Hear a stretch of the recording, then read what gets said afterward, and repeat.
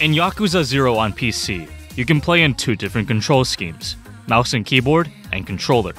However, on the game's boot-up screen, it is told to you that real Yakuza use a gamepad, basically saying that using a controller is the preferred way to play the game. That's because a lot of games are designed to be played a certain way.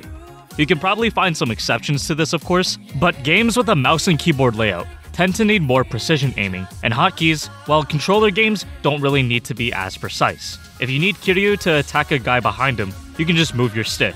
And you don't really need to aim Ryu's Hadokens, as they always travel a set distance in front of him.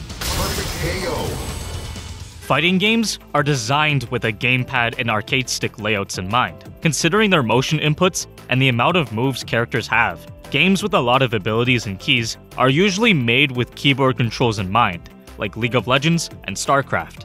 In League, you need 4 buttons for your abilities, 2 buttons for your summoner spells, a back button, a score button, a shot button, and a ping button, not to mention your item buttons. And in StarCraft, here are the hotkeys.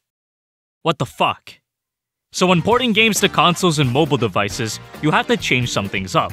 When Wild Rift, League's mobile version, was being made, Riot changed many game mechanics and champion abilities to better suit smartphone players. And in StarCraft 64, Blizzard made many changes and simplifications.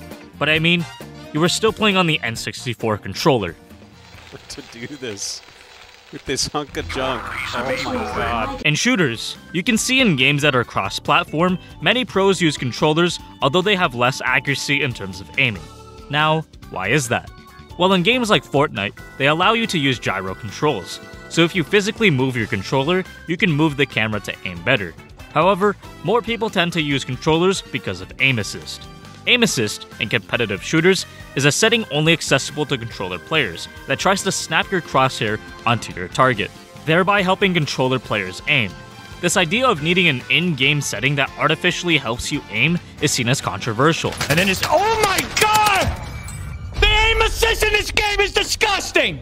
Many people have a disdain towards controller players and prefer if everyone competes through raw skill, while others believe that aim assist is a necessary part of closing the gap between controller players and mice and keyboards.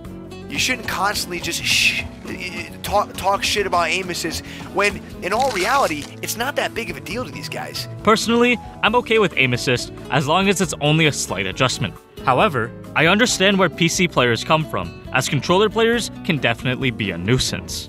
Not to mention, I can only imagine how hard it would be to balance aim assist, especially when talking about competitive play.